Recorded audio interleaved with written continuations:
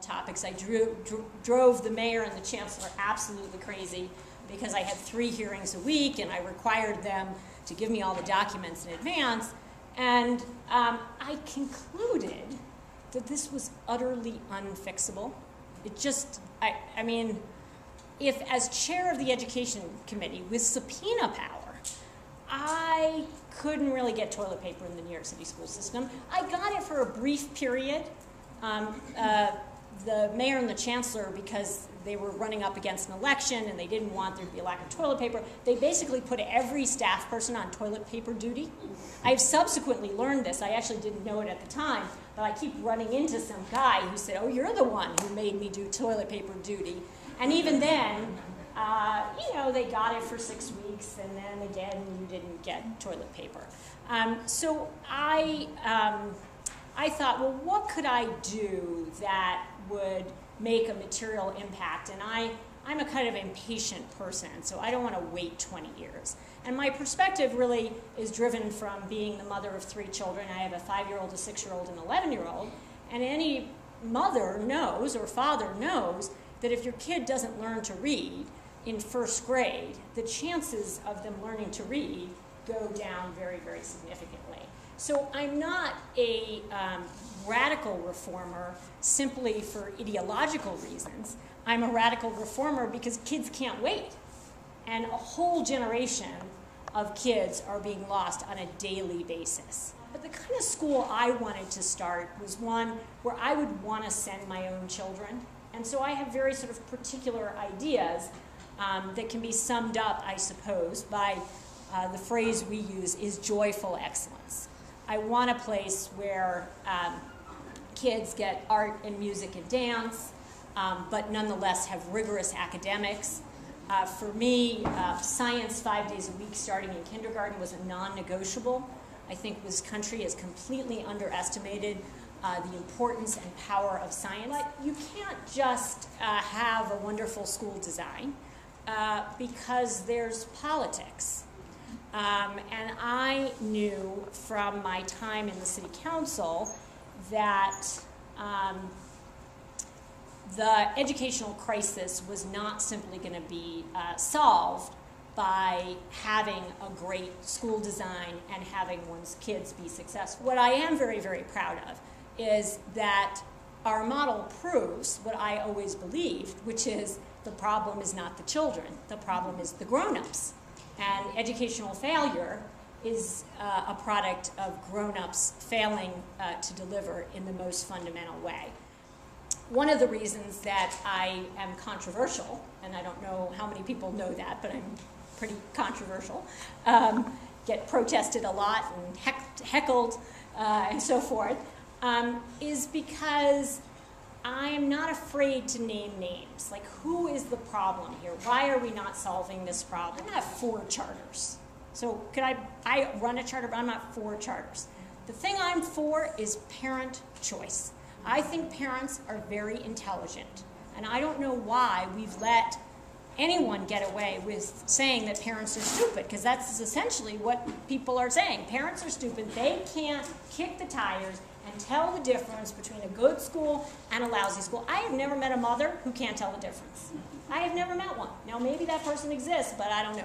That doesn't mean that a mother, you know, knows the difference between a phonics curriculum and a whole language curriculum. But they know, they send their kid to school, and the kid gets beaten up in the lunchroom. They know that. They know whether their kid is happy at school, and they know whether the kid is learning because you send them off in the morning, and either they come back more knowledgeable or they don't. And our advocacy of parent choice has brought out the opponents of parent choice, which in New York, and again, other communities are very different, are the unions and the politicians who tend to be owned in New York by the unions. Now, New York may be, you know, we fight over parking spaces, so, you know, maybe this is sort of a New York thing, and everybody here is much nicer to each other. I don't know. But, you know, I think the reason that we have seen such a forceful response is, as I say, I am outspoken about what the challenges are, but we're kind of like the FedEx to the U.S. postal system. When FedEx came on the scene, they actually went to Congress to lobby against having a FedEx, to make it illegal to have a FedEx. And as a mother, I sort of want my precious bundle to arrive in the right place. And so what happened is the postal system wasn't doing such a great job, and it's actually better now because they have priority mail and they have to deliver them on time. So I think instead of being so afraid of competition, I think it will make us all better, and we should embrace it, and we should have lots of schools trying out lots of different things. And if the traditional zone school can make it work, great. And so our teachers who came to Harlem Success would feel like, well, I work so hard with my kids in first grade, but I know when they go to second grade, they're going to get a bum teacher.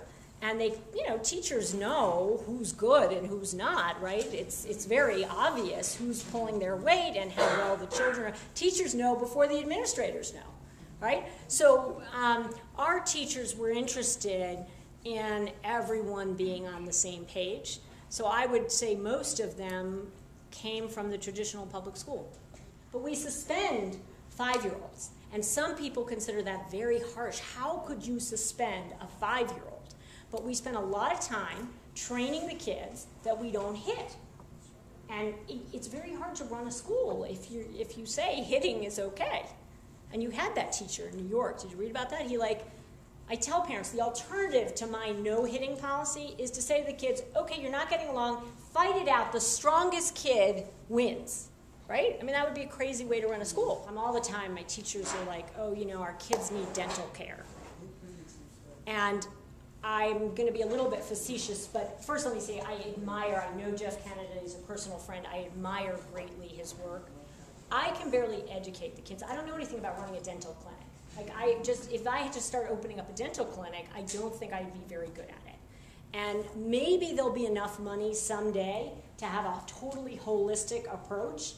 I'm worried that if I wait until that day, there's a lot of reading, writing, and arithmetic that's not going to happen. So we have deliberately chosen a different strategy, which is not better. In fact, you could argue it's worse.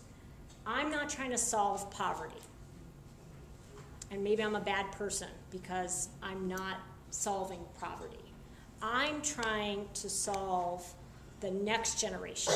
I'm trying to make sure that our kids, when they come in at 5, I'm confident that if they are well educated and are able to go to college, they will get out of poverty.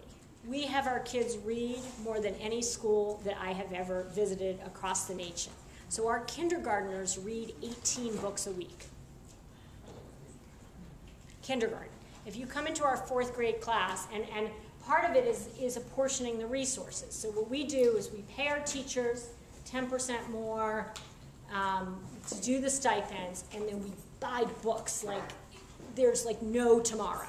Just books and books and books and books. Partly because they're cheap compared to the people, right? And it's considered, visitors come and they say, how come no one's teaching? The kids are reading. We think reading is really good for kids. And what we have worked really, really hard to do with our parents is to say, you could turn on the TV, but that would be bad for your children. Give them a book, and we're going to give you the books. We're going to make it easy, and we're gonna prioritize reading over everything. It's like sacred. Reading is it's like religion for us. Every kid is reading. When we do fire drills, people make fun of us because the kids go out with a book. Lottery is the most painful event, right? And there shouldn't be educational haves and educational have-nots. You shouldn't have to get lucky to get a great education. It's supposed to be an American birthright. So I get it. We get a lot of criticism for putting on the lottery. Why would you publicly display this scenario? And we do it very consciously and very deliberately because the media has represented parents in a very particular way, which is poor parents, and particularly parents of color, are apathetic. And I have never met an apathetic mom.